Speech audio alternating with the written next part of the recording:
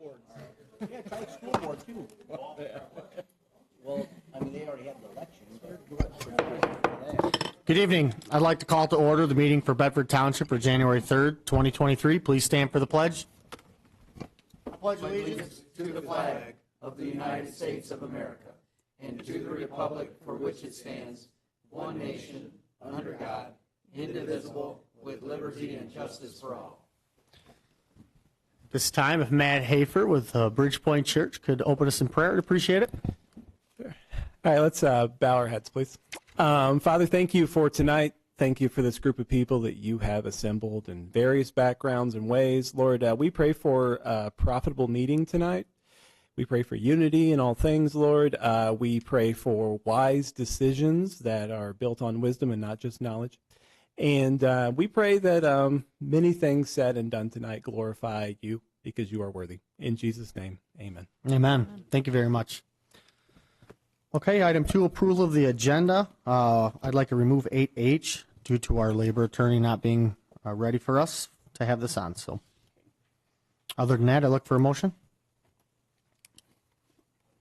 Motion to approve the agenda as amended. Support. Okay, motion supported. Any discussion? Who supported? Rick. Okay. Mr. Gore. Okay. Okay, could you call the roll, please? Mr. Steiner? Aye. Mr. Gore? Aye. Ms. Janacek? Aye. Mr. Bruning? Aye. Mr. Montry? Aye. Hirschberger votes aye. Mr. Peroni? Aye, the motion passed 7-0. Number 3 is the consent agenda. The agenda committee recommends to approve and place on file A, minutes of the December 20th, 2022 regular meeting of the Bedford Township Board.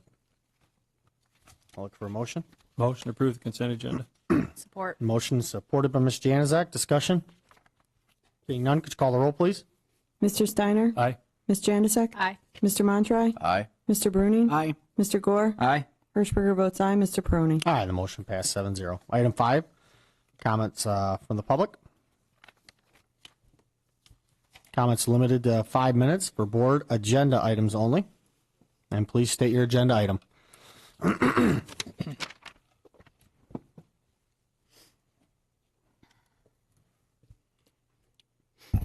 Lamar Frederick, 3254 Deer Creek Drive. Mr. Supervisor, I'm going to address my comments to 8E. Let me say at the onset, I don't have a problem purchasing this equipment. It's used to take care of the turnout gear, which can and is often a life-saving piece of equipment for our firefighters.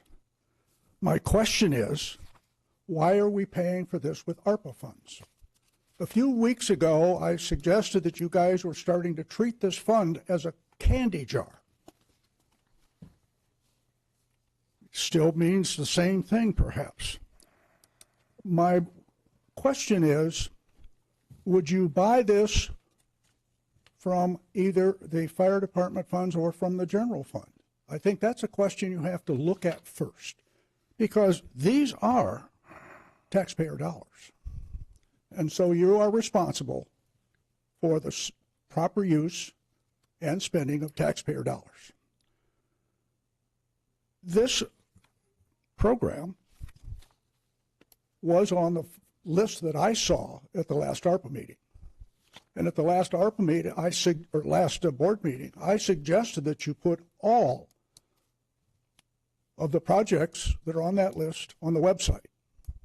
Talk about transparency, talk about the citizens have a chance to see what you're working with. I looked just before I came to the meeting, I don't see it on there yet.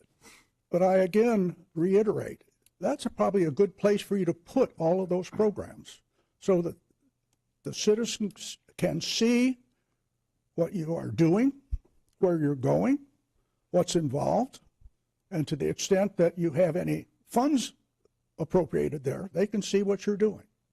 So that's a transparency issue, and I think that was something that you would really like to do. But that's up to you. Thank you. Thank you for your comments.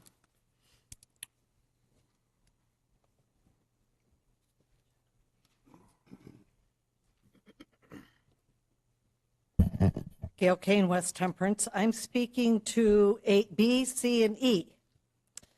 Despite a limited number of candidates, tonight you need to assign members to the Planning and BZA commissions. These commissions are probably the most important in the township, with some members having more than one vote. Their decisions impact not only individuals, but the well-being of the entire township. Holding nothing against any of the candidates, I do not believe developers should sit on either commission. In light of recent questionable decisions, and despite how well members get along, it is imperative that those seated on these boards abide by the laws and maintain a high level of ethical standards. It is not acceptable for any information they garner to be used for self-gain, and assigning them to these boards should not in any way be a part of anyone's political agenda or personal affiliations. If those selected fail to abide within these standards, they must be held accountable at any and all levels. With 8E, while I fully support the request and think there should be a setup at each station, it is a great concern that all requests submitted for ARPA money have not been presented to the board and the public as a whole before passing out the goodie bags. Just last month, there was discussion of buying a police car. At the ARPA meeting, Mr. Peroni stated he had told the sheriff to request such. By now, all requests should be in, reviewed, and the list of recommended projects submitted to the board as a whole for actual approval by the board. The ARPA committee does not give approval. They only give a recommendation. But piecing out projects and monies without drafting the big picture is going to cause us to possibly not take care of something that we really need to take care of. Thank you. Thank you for your comments. Any more comments from the public? Okay, seeing none, moving on. Oh. Do you have a comment? Come on up. Go ahead.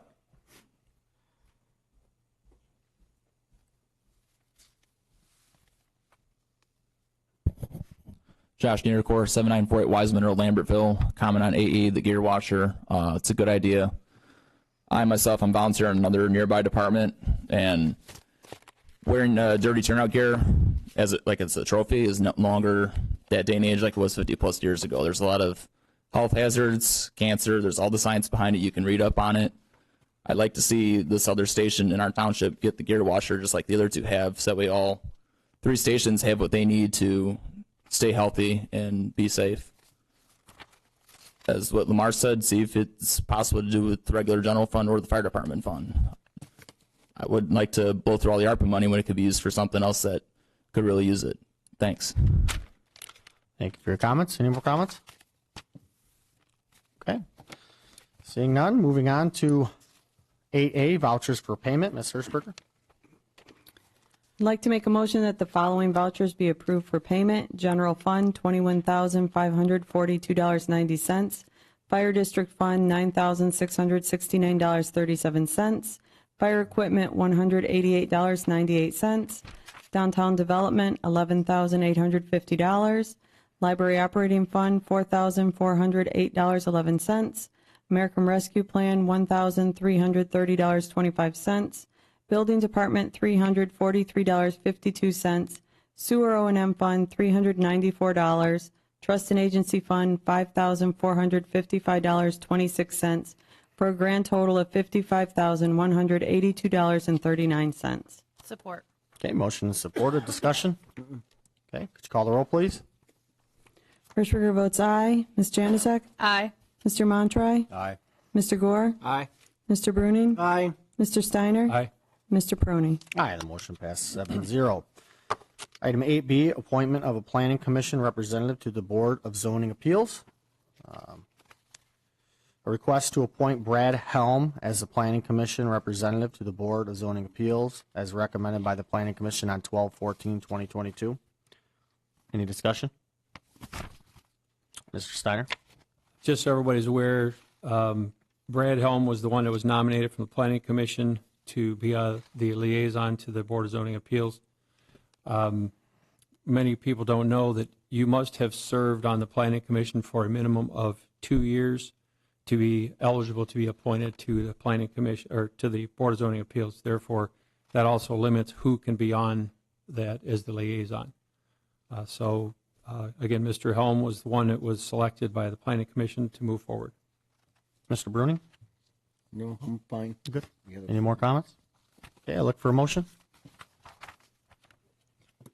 I'll make the motion to approve the appointment of Brad Helm as the Planning Commission representative liaison to the Board of Zoning Appeals for 2023. Support. Okay, motion is supported by Mr. Gore. Any more discussion? Seeing none, could you call the roll? Mr. Steiner? Aye. Mr. Gore? Aye. Mr. Bruning? Aye. Mr. Montroy? Aye. Ms. Jandisek? Aye. Hirschberger votes aye. Mr. Peroni? Aye, the motion passed 7-0. Item 8C, appointment to the Planning Commission. I am looking for the board to appoint Grant Andrews to the Planning Commission, first term ending 12/31/25. Mr. Andrews is a lifelong resident of Bedford Township and knows the community. Mr. Andrews is a graduate of Bedford High School and the University of Toledo with a Bachelor of Science degree in Mechanical Engineering. Mr. Andrews has done work for other municipalities as an engineer and thoroughly understands ordinances, permitting, and what a master plan is. In addition, Mr. Andrews has met with Jody Rector and understands what he will be doing on the Planning Commission. Any comments, questions? I'll make a motion that we appoint Grant Andrews to the Planning Commission for a first term ending 12/31/25. Support. Okay, motion is supported by Mr. Bruning. Any more discussion? Mr. Steiner? So I was hoping that we could get a little bit more depth on our Planning Commission. But I did do some research on Mr. Andrews. He does have a mechanical engineering background with some design and utilities and wastewater. His application does state that he does have some planning and ordinance background.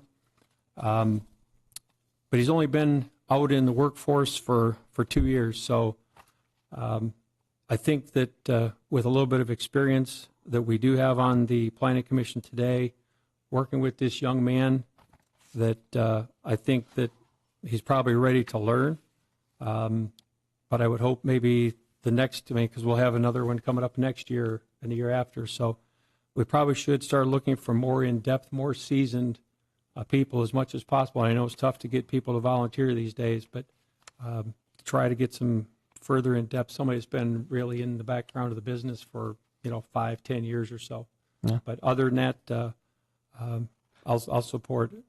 I appreciate the comment, but I think it's important that we have a younger generation too. Oh, absolutely. Hold on, let me finish up. Young professionals that can bring a different perspective to what's going on from the millennial people. We don't need all people of the same, 60s business professionals. We got somebody that's fresh, young, and has a different perspective, and that's what we need. And he's willing to learn. And I think you guys would be a good group to teach him.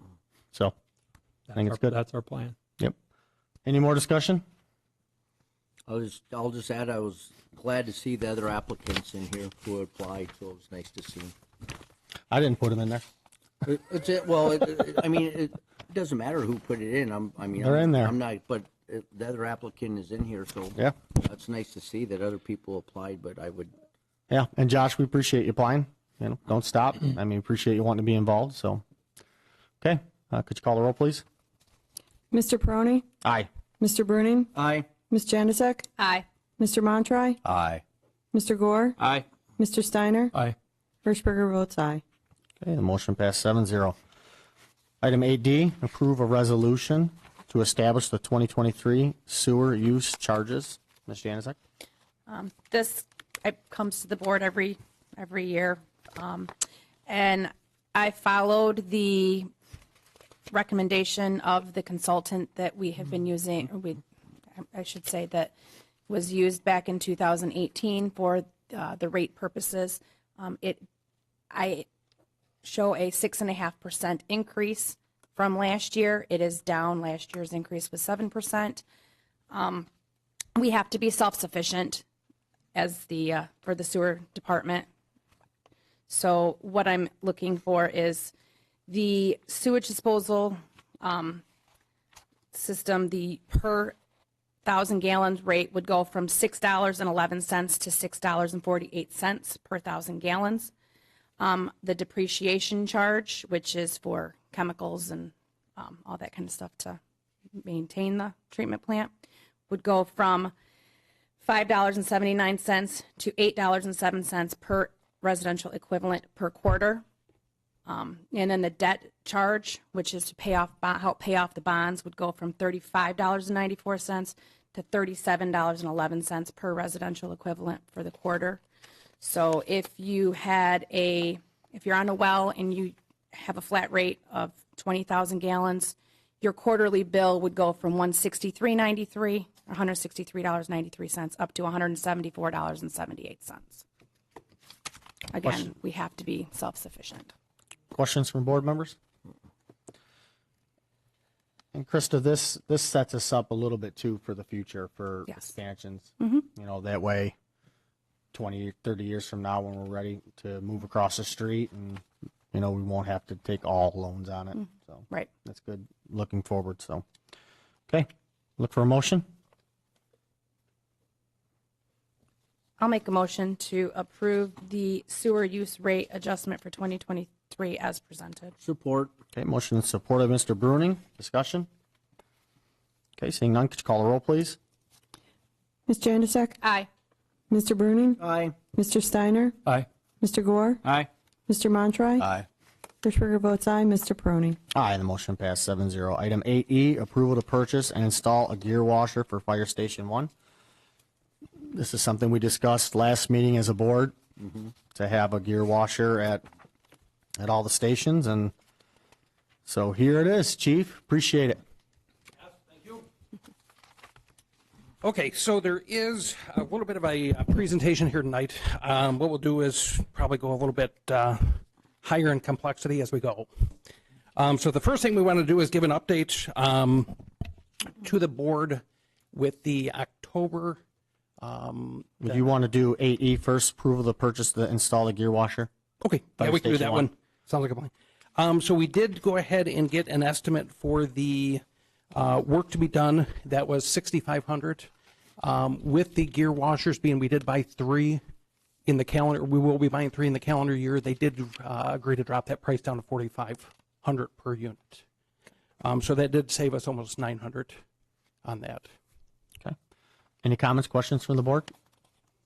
Okay, and this is something we discussed about ARPA funds. Mr. Montre? Yeah, would you be purchasing from Darley then? Correct. And then on that quote, it says that there's a quantity of 2. Is that like you're purchasing them together from the one approved for? Yes. Okay. Yep. If we purchase them 3 together, the and hope for is to 1? save on shipping and then Okay. to get that $4,500. Okay, look for a motion.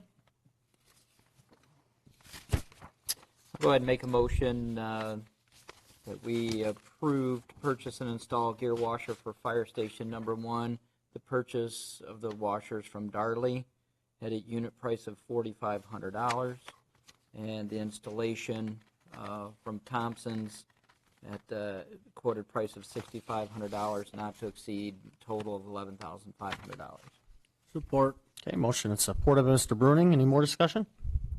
Question. Is your motion that it's going to come out of the ARPA funds? Yeah, if that's a friendly amendment, I'll accept that. I'm fine. Okay.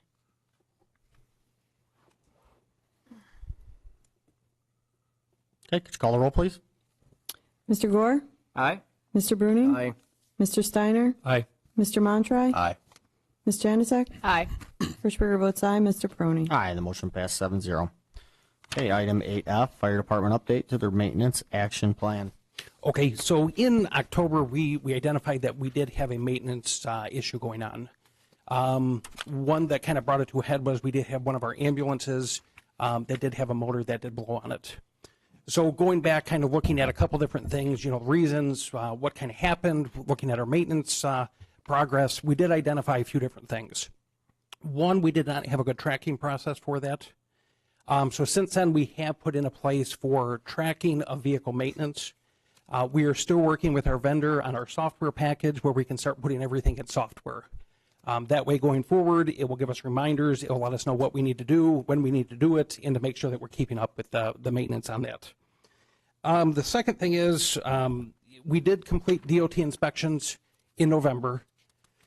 So right now we do have about 25 to 30,000 that is still pending for vehicle repairs. Part of the maintenance thing that we're putting together is we did not have backup vehicles. We've had, our truck has been in and out of service a few times. Our ambulance has been in and out of service a few times. Our engine 1 has been in and out of service. So we do not have reliable, at the time, we did not have reliable ways to swap vehicles in and out. To maintain a vehicle, to maintain a fleet, we do have to have enough vehicles that we can swap in and out so we can actually do that true preventative maintenance. Right now, we're being more react than what we can for the prevention side of it.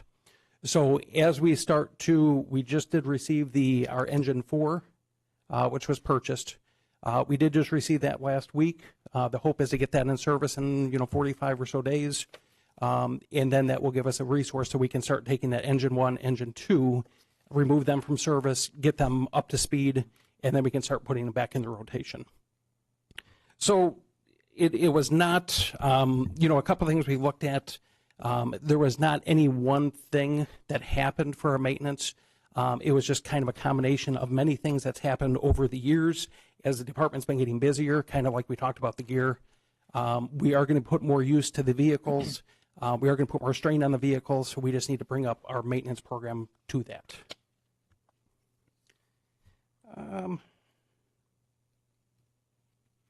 Any questions on that, on the maintenance side? So in the past, what were you guys doing for maintenance? So we do like have, obviously oil changes. Yep. I mean, like absolutely. So we've had the maintenance supplier that we use, fantastic to work with. Comes down usually within a couple hours' notice. He does our preventative maintenance and then also post maintenance. What I think some of the problems is we were doing 1 year on all the large vehicles, so we did up that to 2 times a year now for the large vehicles. 1 year maintenance plan did work when we were at 2,000, 2,500 calls. Now that they're on the road more, we did need to up that a little bit. For the smaller vehicles, so ambulances, brush truck, things like those, the maintenance is now being done per the manufacturer recommendation. We have had, so the ambulances, we have had them maintenance in the past, obviously. One of the things is our bookkeeping. So the vendor that we use for preventative maintenance, it's a small operation. Himself, his brother, and then his wife is a partner in the group. So they did not always have the best formal computerized bookkeeping for us. They did go to a computerized system. We've since fixed that. Again, the maintenance was done on the vehicles. We just were not able to complete full maintenance at the times that we wanted to, just because we did not have the spare vehicles for that. Okay. Mr. Steiner. I did see you reference that there's 2 local companies. Correct. What companies are those? So right now we use Lewis Avenue Auto for if we have anything that we can do quickly in town, brakes, oil changes, things of that nature. And then we did also provide another oil change just for quick oil changes. So if we have a ambulance, one of the SUVs pickups that needs an oil change now, and maybe we can't get it scheduled, we can get that in, get it done within a couple hours. And who's the second one? The second one is Victory Lane, I believe. Victory. Oh, the oil change Yep. place. Yes. Keep in mind too, our maintenance guy is certified to do a lot of the stuff you just named. If you want, if they're backed up for brakes, oil changes, he could do a lot of that for you. Just to contact Pat. Okay, sounds good. We'll definitely make contact and see what they're comfortable with. Okay, so then we'll move on to the emergency services delivery that we're doing.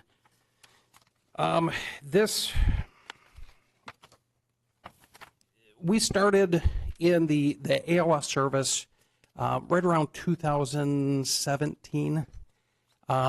We did purchase 1 ambulance in 2017 and then 2 in 2019. So what that means is we did 3 vehicles over the span of 3 years. One, we do need to make sure that we're maintaining them, but we also need to make sure that we're working on a replacement plan for them.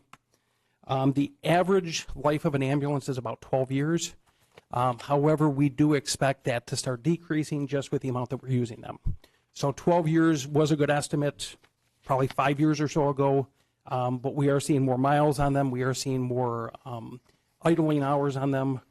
So we will see vehicles, both engines and ambulances, that we're going to probably start to go through a little bit quicker than what we have in the past.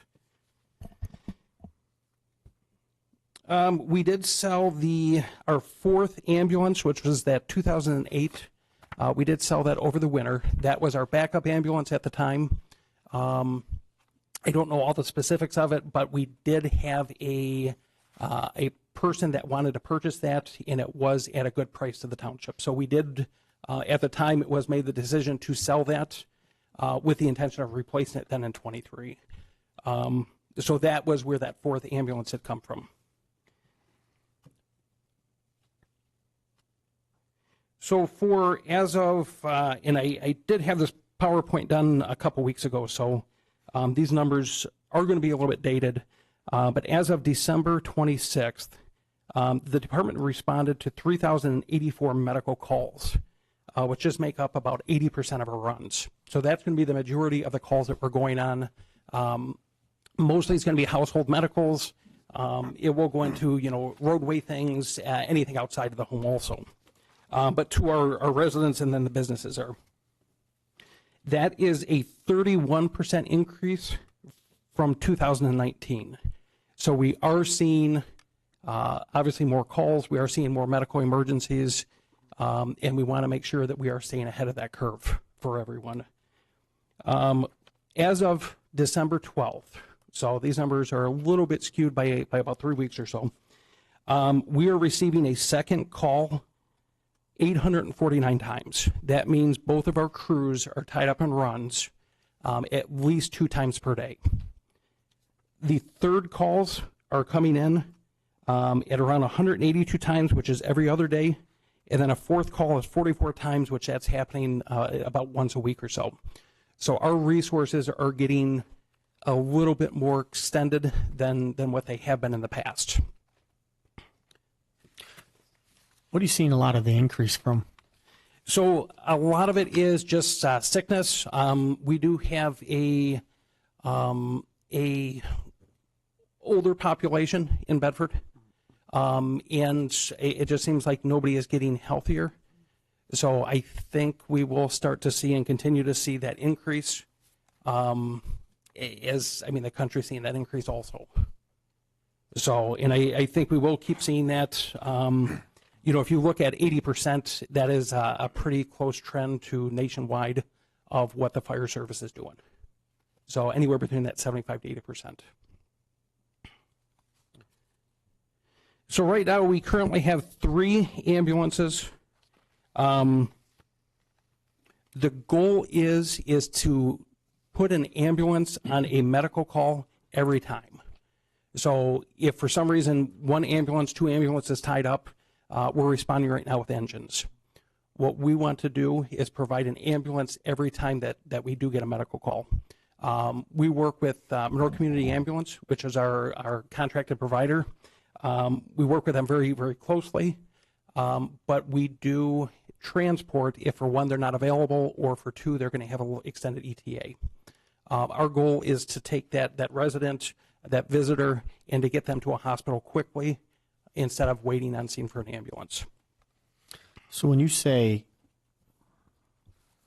there are times when Bedford is requiring an ambulance, our personal ambulance, 3 times, is MCA not on scene?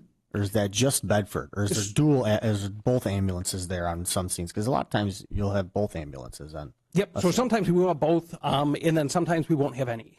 We will have an engine there. Usually if you see... With no MCA. With no MCA, correct. So, and we have, again, we work very closely with MCA. We're very good partners with them. But when the county gets busy, it's not just Bedford Township getting busy. It is the entire county. How often do we have situations where our ambulances aren't in Bedford? For mutual aid outside of Bedford? So that is probably happening maybe 2-3 times a month. Okay. So, and I can get those numbers. What we do, so the agreement we have with Monroe Community Ambulance is we will respond if it's an emergency, so a priority 1. If it's not a priority 1, then typically we do not leave the township. Okay. So usually those patients can wait a little bit longer for an ambulance to arrive. Okay. Chief, Yes, sir. what's your threshold for the time for ETA, like MCA? Because I know, I've been out there, I've seen the call screen all the time, and MCA could be in Petersburg, they could be up in Monroe, they could already be at the hospital. So what's the threshold of time? Because we all know the critical care, that first few minutes of getting care to transport, when you make the decision, we're transporting. So there's not a threshold per se. What we do is we evaluate the patient, evaluate where that MCA unit is. If it is something that we decide that we need to start treatment on and transport quickly, if we do have a Monroe Community Ambulance Company, we will cancel them and do that transport. If it's something that maybe they're coming out of IDA and it's a patient that's a low acuity patient that could wait that extra 8, 9, 10 minutes, then what we'll do is we'll wait for them on scene. Okay. So it is very much dependent on the patient, and then also what we feel the patient's outcome could be if we stay on scene or if we transport. Okay, thank you. So in with that, I guess how we get higher in level of complexity as we go. We are looking to go ahead and bring back that 4th ambulance, so we do have a rotation. 1, we have a rotation, then 2, we can put an ambulance on medical calls for each of them. What we're looking to do is... Chief, yes, sir. are you on 8G now? I am on... Are you still on the maintenance action plan, or have we moved on to the so agenda? yes, we've moved on from that. Okay. All right. Yes. Okay, so we're still on the maintenance plan. Okay. Any questions on any of that? Or we don't have. No, I thought we were on 8G. No, we do not have to. On the maintenance plan doesn't matter? All right, so we're done with that. Okay. I just want to make sure so we get our minds Nope, understandable. on the ambulance, not the maintenance plan. Okay, so the next thing is with the current supply chain throughout the nation, we know that we are seeing delays in receiving equipment. The engine that we just brought in last week, we will not get the ladders for that engine for another year. So we are seeing significant delays across everywhere. Obviously, we do hope that there will be a decrease in that come 23, but we want to make sure that we're staying ahead of that curve. One of the things that, and I had sent it out by email, but if you look at many different agencies throughout the country, ambulance right now is at a crisis level for production of ambulances. Hey, Chief. Yes, sir. I could be off, but you said we received an engine last week and we're going to wait a year for ladders? Correct. What is that? That's a back order on ladders. So I'm saying, what engine is that? The engine 4 that we received? The one that we just Okay. Yes. Okay. Yeah. So we are going to be pulling equipment off of other vehicles to put on that. Obviously, it's not a prime situation, but this is what we're trying to avoid in the future.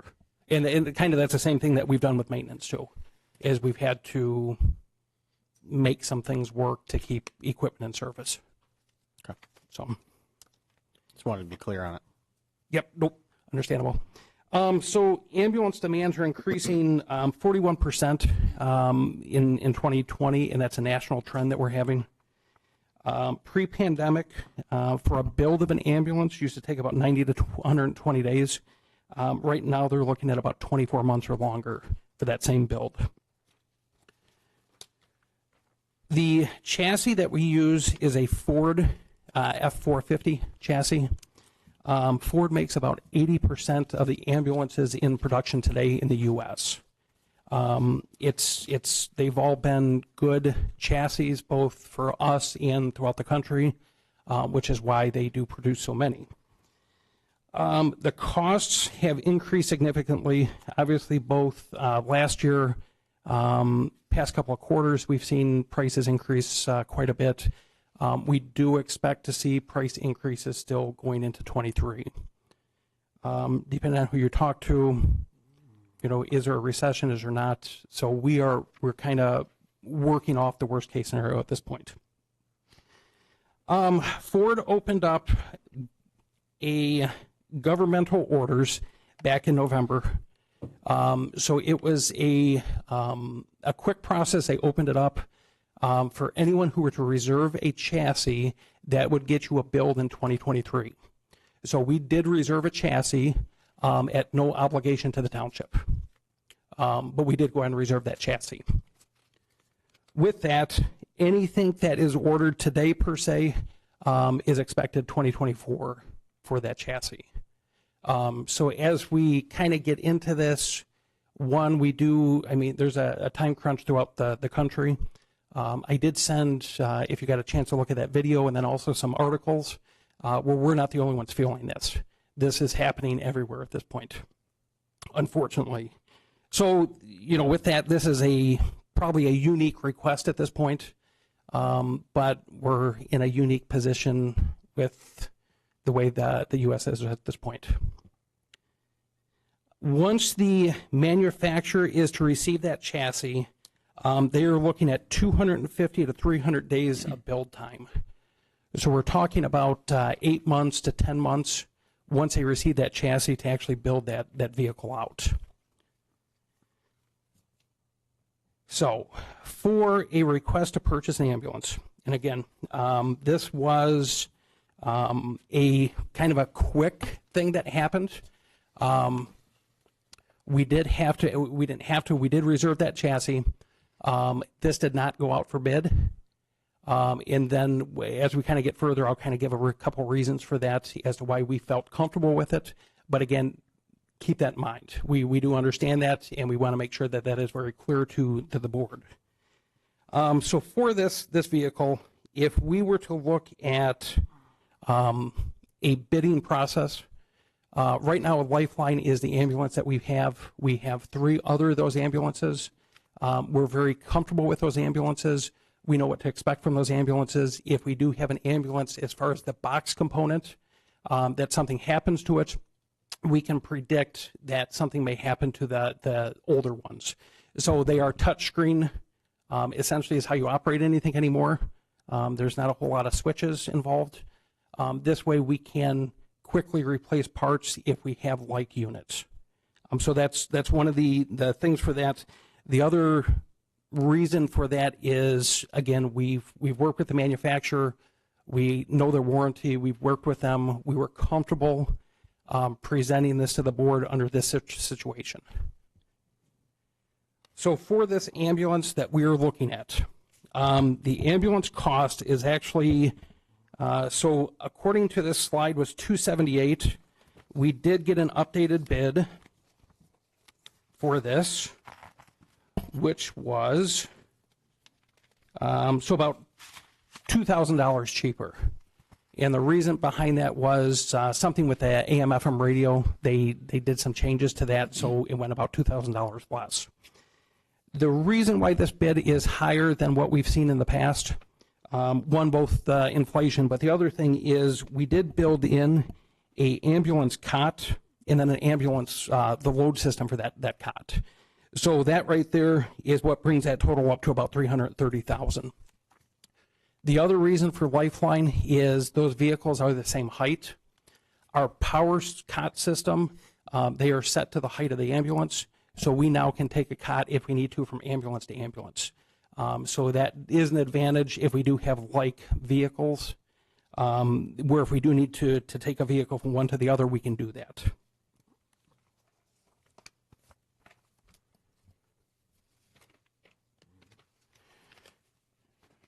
So, to request to purchase an ambulance, we've been kind of looking at a few different options. We do have transport income that we have from when we do transport patients to the hospital. So, looking at that, we wanted to make sure that money was going to something good for the residents. We do soft billing, so we soft bill the residents, and then we do get whatever the insurance pays to us. We wanted to make sure that that money was going somewhere good. So one of the things we're looking at is doing upgrades to our resources, both in vehicles and then equipment for the EMS side of it. That way, if we do have anyone that, asks, why did I receive a bill? We can kind of give them the whys as to why that happened, but then we can also tell them what that money is going towards. If we look at the revenue from that transport, so the updated slide for that, if you look on that, that's going to be just over $69,000 for the 5 months. I did include December in there before I came out here tonight. So we are sitting about $14,400 on average per month that we are receiving from ambulance revenue. For the fiscal year, if we expect to see that amount, we would be sitting just over $86,000 a year. So the request is that we can purchase an ambulance with the understanding that we would be using that transport revenue for this ambulance. Now, I do not want to sit in front of the board and say we know exactly when this ambulance is going to come. We can presume we're talking about 18 months out. However, if Ford comes to us and produces a chassis tomorrow, and then the ambulance manufacturer is able to produce a box for us within a month, which would not happen, but just to give the example, what we didn't want to do is sit here at the time and say, how are we going to fund this? So what we were looking to do is request about $300,000 from the general fund to borrow for a 3-year term. Keep in mind, we do not believe we would need that at this point. However, we did not want to follow through with this plan without having a backup plan for resources. So if we look at the full fiscal year ending in January, of that $330,000, we would have 86,000 in place. If we look then for the additional 6 months, it just keeps adding up for the build time of that vehicle. So that is the intention, is to use those funds for this vehicle. But again, we wanted something in place in case that did not happen, or we did have a catastrophic issue where we did have to divert funds somewhere else. So for that, if we took 60% of the revenue from those transports, we are looking at about $100,000 a year, and that's where I came up with that $300,000 figure for that loan. Now that is pending, obviously, interest. We did discuss that. We will not know, obviously, until the time for that delivery of that ambulance, if we did have what that interest would be. So the ambulance manufacturer that we are talking to right now that we have used in the past, they do not take payments until the actual build is complete. So this could be something that we could see in a year. It could be 2 years, depending on what you look at. That's why I say this is kind of open-ended. I wish we did have more firm information for you, but as of right now, we're still going to be waiting a year for a ladder. So can you explain why this isn't covered in the millage, why there's not funds available? So there is funds available for that, and we do have, so right now we do have 2 different millages. Right now our operating fund is 206. 206 right now is for general operations, including the continuation of advanced life support services and capital expenditures. So 206 is really our operating fund, is what we're using it for. 211 is the one that is for acquiring and maintaining fire department equipment, vehicles, and apparatuses. What we're looking, we very well could have the money sitting there. We are looking, though, ahead to make sure that we have the funds for sure. We do have to make a payment on that ladder truck that is going to be coming up here. So we want to make sure that we have different avenues for funding instead of coming to the time of delivery and saying, how are we going to do this? So that is the real purpose of the ask for the from the loan from the general fund, is just to make sure that we do have redundancies in place so we're not sitting at the time saying, where are we going to pay for this at? Okay. Comments, questions from board members? When for the so the build wouldn't need to be paid until delivery. When would the chassis need to be paid for upon order? And how much is that? No, so it's all together. So we will not pay for the chassis or the build until you wouldn't delivery. pay anything. It's not a 50-50. It's not a chassis. Okay. Correct. It's And I did contact delivery. them today just to make sure. Okay. Because typically is a percentage build, and the way they operate is a 100% final build. Okay. And not due until delivery. Correct. Okay. Correct. Question. Yes, So we have 3 ambulances right now. correct. Are they all 3 in service? No, so we have that one ambulance with the engine that's out. So we're actually working right now on with only 2. Correct, correct. So, and that's part of the problem is we cannot put an ambulance on scene to every medical call. What's the plan to get a new engine in that? So right now it is at a Ford dealer, but supply chain issues, they're waiting on parts. Mr. Bruni? The problem I have is we don't have 3 bids. We actually have a policy in place that states at a certain amount you have to have 3 bids. Correct. And I know Bob Miller, our finance manager, he destroys the park board with that. He'll kick invoices back because we don't have 3 bids. I'm following policy. I don't care. You're like, oh, because of urgency, we can't pick and choose when we can accept bids and when we can't accept bids. So I won't support this without 3 bids. Okay, it absolutely understandable. And that even when I sent the email out yesterday, I mean, it is something that, right now we are asking for. We understand this is not the best of situations, but, with the current state of the ambulance manufacturers is kind of where we're sitting right now. I just want you to see where I'm coming from. Nope, understandable. I got to look at the community and be like, I voted yes for this, I voted no for this. I can justify all my votes. We have a policy in place, we got to follow it. We can't pick and choose when we're going to follow our own policy. Oh, understandable. Yeah, but there has to be times where we have to use common sense as well, though. When we have our state saying or whoever's saying, hey, we're going to put out chassis in November, there's not time to put out a bid and do like they would typically do. And when price increases are coming January 9th, I mean, I'm in support of it. I feel like there's times when you have to deviate. And this makes sense. It makes sense to have the same chassis and the same specs and, for parts and whatever, and to understand the unit. So I agree. We got to follow the policy, but there are times when we're spending this kind of money, you're in situations, it's a waste of taxpayer dollars to wait. And we have the safety and welfare of the community as well at stake too. If we're not keeping up on our ambulances, right now we have 2. We need 4, right? Yes, yes. So, I mean, if we don't do it now, we won't get this to what, 2025? So 24 would be, so if we were to try and order a chassis today. No, if we waited and did not approve this tonight, we wouldn't see an ambulance till 2025. Correct. Yeah, because right now chassis are ordering out into 24, and then you do have the build time on that. Mr. Gore? So I'll go back, several years ago, and Chief, you might remember this call. We had a child that fell into a pond over in a High Oak subdivision over there behind Monroe Road Elementary. Yes. Our fire department got there, I got there. Everybody did an amazing job. Doug Steinman, everybody that I knew, loaded up the child, and I ran lead to block traffic, but we had to meet either ProMedico or a Sylvania Township PEDS unit at Walgreens at Seacorn, Alexis. Yes, correct.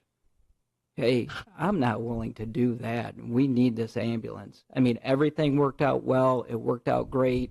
But when you have to stop and meet a PEDS unit at Seacorn, Alexis, and again, ProMedica, Sylvania, I can't remember which one that was. This is a no-brainer for me, so I'm 100% for it. Mr. Steiner, do you have a comment? So basically, Chief, what you're saying, though, is you're asking for the money.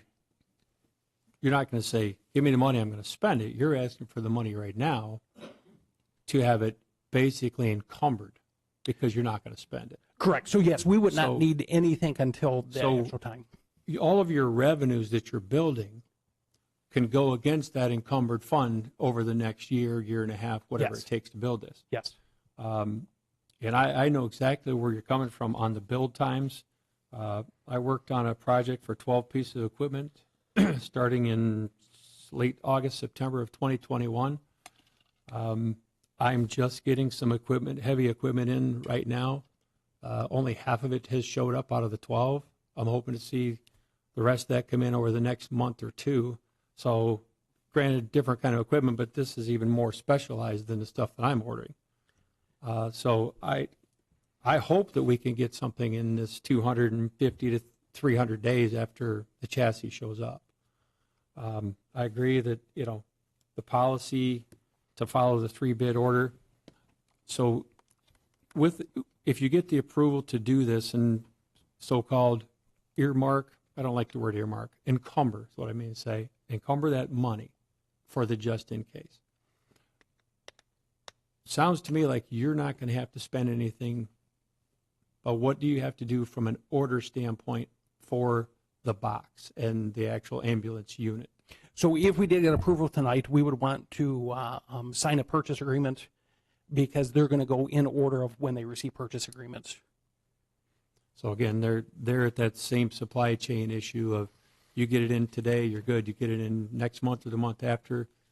That could be, you could delay a month to sign it, and that might put you 2 months out in the order. It's very possible. Because of more. Plus, you delay it a month, you're at a price increase January 9th. Yeah, so right now they are expecting from the striker side an increase coming up. And I took, in fact, that thing I just told you about that I've taken 3 price increases, and the one was just only a month and a half ago. So it just keeps coming at us. So I think we've got to do things appropriately here for the safety and welfare. It just makes sense at this point. I mean, if you said an ambulance could be here in 4 to 6 months, might think a little differently, but when we're looking this far out, we got to be proactive. And that's kind of the situation we're in right now. Unfortunately, this is kind of where we're at. And again, we probably would not be asking this if we did not know the company already. So. All right, I look for a motion. Well, what are you going to have decide upon an interest rate for? They won't know.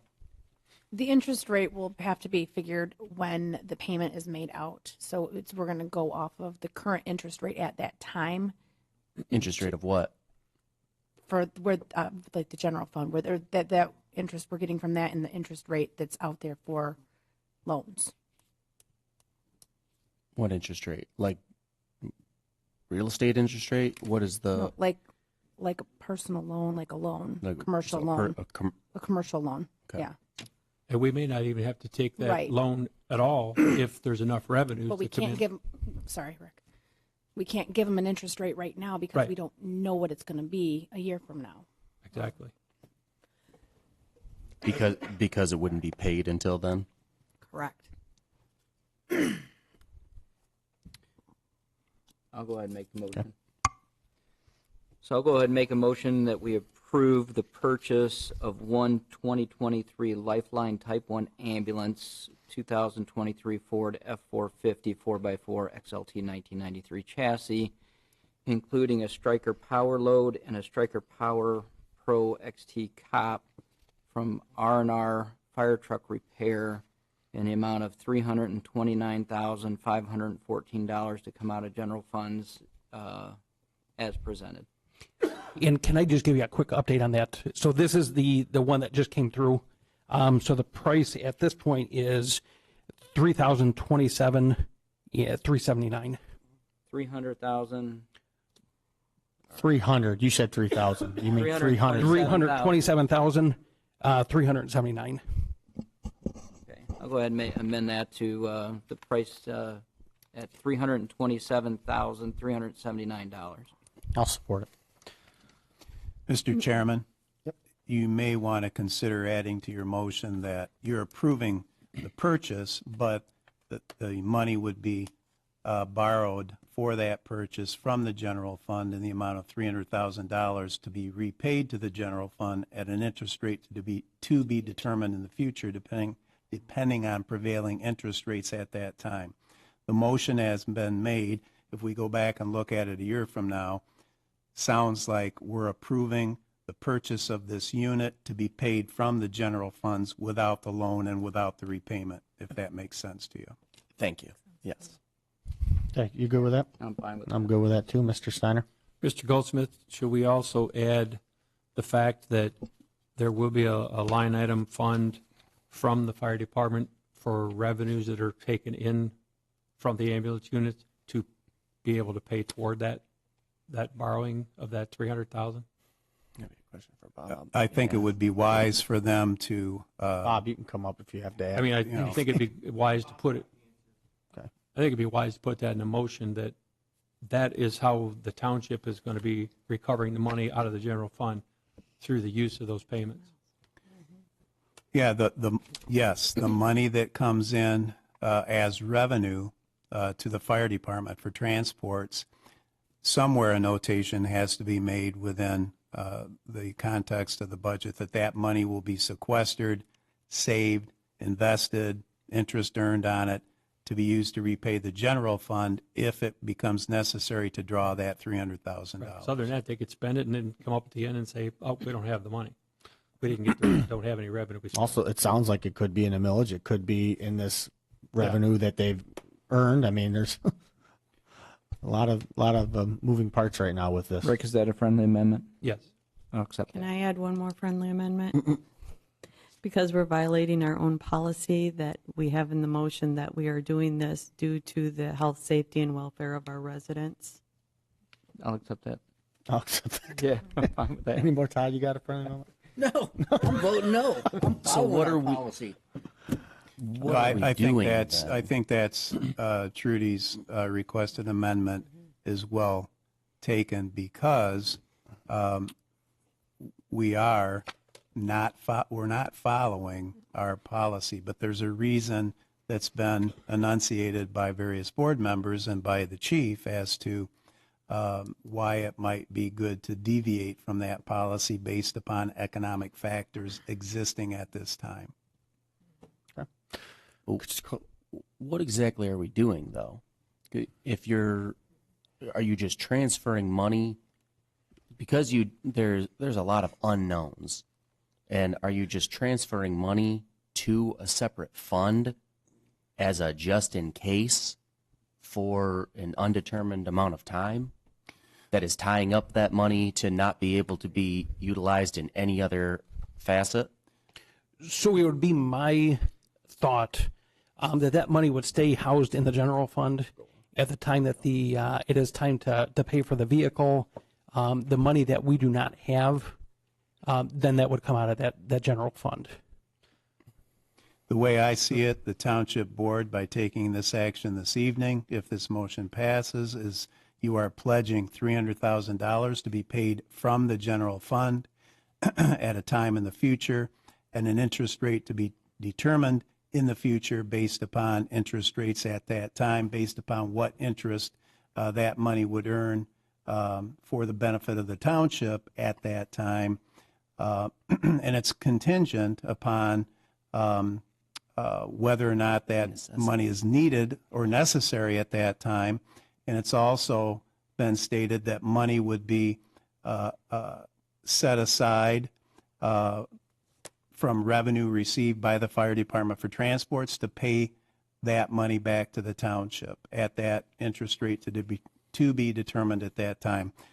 I guess it's somewhat confusing, but I think that's what you're doing. He might not need it at all when the time comes. But if he does, it's there. There are circumstances where it might not be needed, but you tonight are pledging that you will provide that money to or for the purchase of this unit at this price.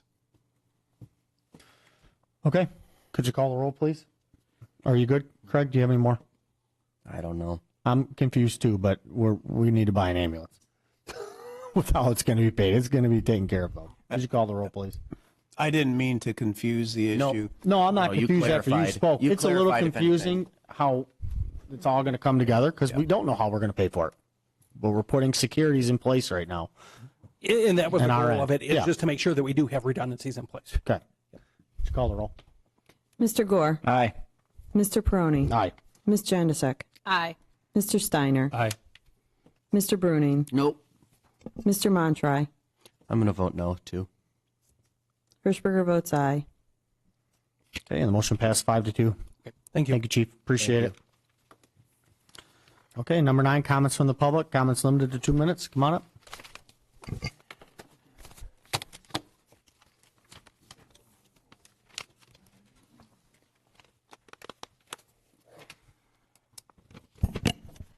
Gail Kane, West Temperance. Todd, I want to thank you for your budget oversight on the deer carcass removal. I have here some minutes from 2019 which clearly stipulate a limit of 2,500. Given the poor record keeping and the discovery of and the approval for an expenditure of $10,000 by the supervisor's office in this matter gives me grave concern, not intended towards Bob.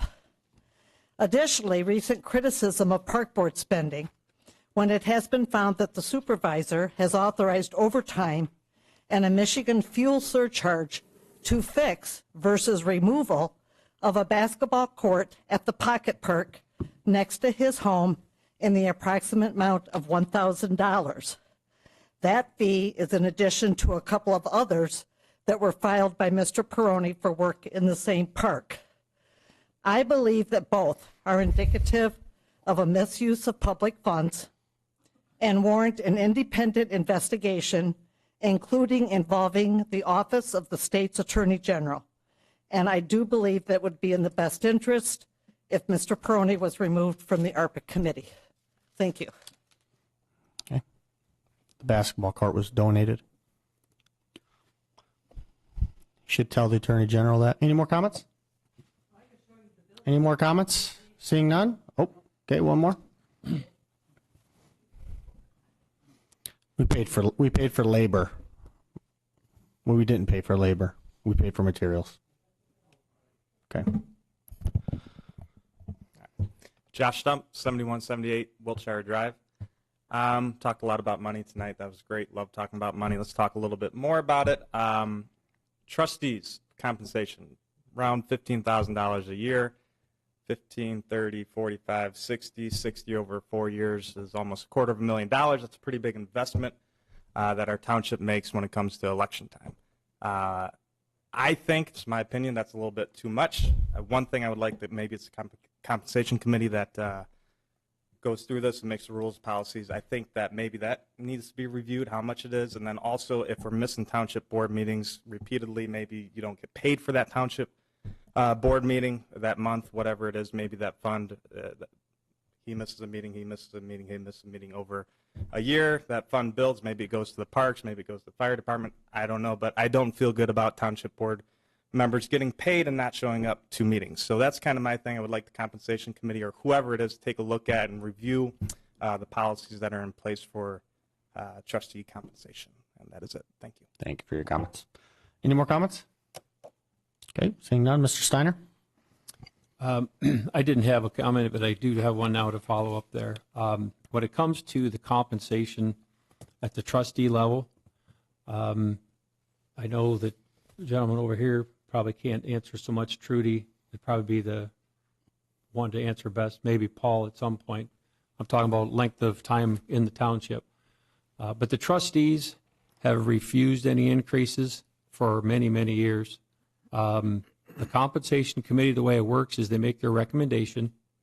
The township board has three options: either approve what the compensation committee says, deny what the compensation committee says, or do nothing. So those are the three options. If they approve it, whatever the committee says goes through. If we do nothing, whatever the committee says goes through. Or if we deny it, obviously it doesn't go through. It was also changed a couple of years ago. They used to do it as one package. And they did split it up where the three full-time elected officials, they were put in one bucket, if you call it, for their compensation changes, and then the trustees were separately done. Therefore, it was easier if we felt that the full-time elected should get a raise, we could vote yes there and still vote no and not give the trustees a raise. And that's the way I think it's gone. And Trudy, if you would tell me if I'm missing that, but I think that's the way we've been doing it for quite a few years now. Yes, the compensation committee decided to change that. So now it's the full-time they vote on, then the trustees they vote on, and then the park board is actually a separate also. Right. So that's the only difference there. So basically, we've said no on the raises for the trustees for quite a few years, and I think it's around 13 something Mr. Miller, is that correct? Isn't it 13 something? Okay. That's all. Okay, Mr. Montry. And nothing from me. Mr. Gore. Nope, just looking for a great new year. Mr. Bruning. Everyone have a good night. Nothing. Michigan's done, so no more Go Blue. But we got wrestling for Bedford Thursday and Saturday, so now I'll say Go Mules. But you know what? I will. I wasn't going to say anything, but you know what, Josh? I will speak to your comment about money. If you're so worried about money, why didn't you help your dad who was embezzling money? It would help keep him out of prison. Yes. Thanks, Josh. Worry about family, not us. All right, Ms. Hirschberg, or Ms. Janizek, I have nothing. Have a good evening. Ms. Hirschberger. I just want to remind our residents that the Township Hall will be closed on Monday, January 16th to observe Martin Luther King Jr. Day. That's all. Okay.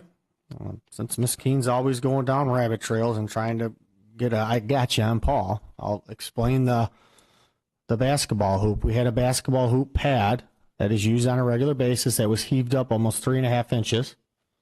Okay. It's not something our maintenance guys can typically do, is tear out a huge area of concrete. We don't really have the equipment. And I called the local union of cement mason finishers, and they replaced it. We did pay for material. It cost us right around $1,000. Okay. And we got a basketball court that we saved. So it's pretty much the situation. So not sure why we try to make issues out of things that aren't issues, but you continue to do that. So I'll explain it.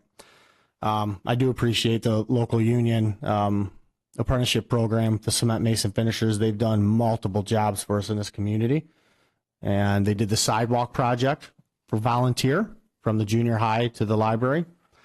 They've done multiple projects for us, and we appreciate them, and we appreciate this one too.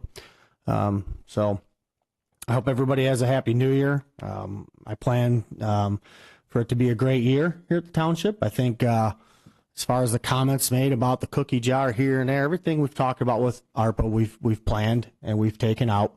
ARPA's going to be over here in a couple months, so we'll have to figure out something else to come up with to talk about, Mr. Frederick. But we do have a plan. We have a spreadsheet that Mr. Miller's been working hard on, and Ms. Knapp, with a lot of projects, a lot more projects than we have money, and this board's going to come together and make some hard decisions on the direction we want to go. I'm excited to possibly see a sidewalk in front of Jackman Road, in front of the township to the high school. I watch kids walk home down the road every single day and cross that intersection unsafely. There will be a crosswalk there potentially.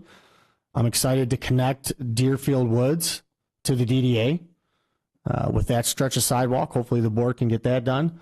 So we have some really cool projects. And two, we have some legacy funds that we're talking about to fund SADs for the future.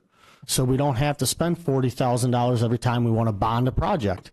So we have some great projects. Yes, we have talked about ARPA funds for this or that, but it's planned. It's what we've planned. So it's not a cookie jar. You can keep saying it, but it's not, a cookie jar. But so other than that, I hope everybody has. Somebody had their hand up? No? Do we do every? No. I'll look for a motion to adjourn. Motion to adjourn. We are adjourned.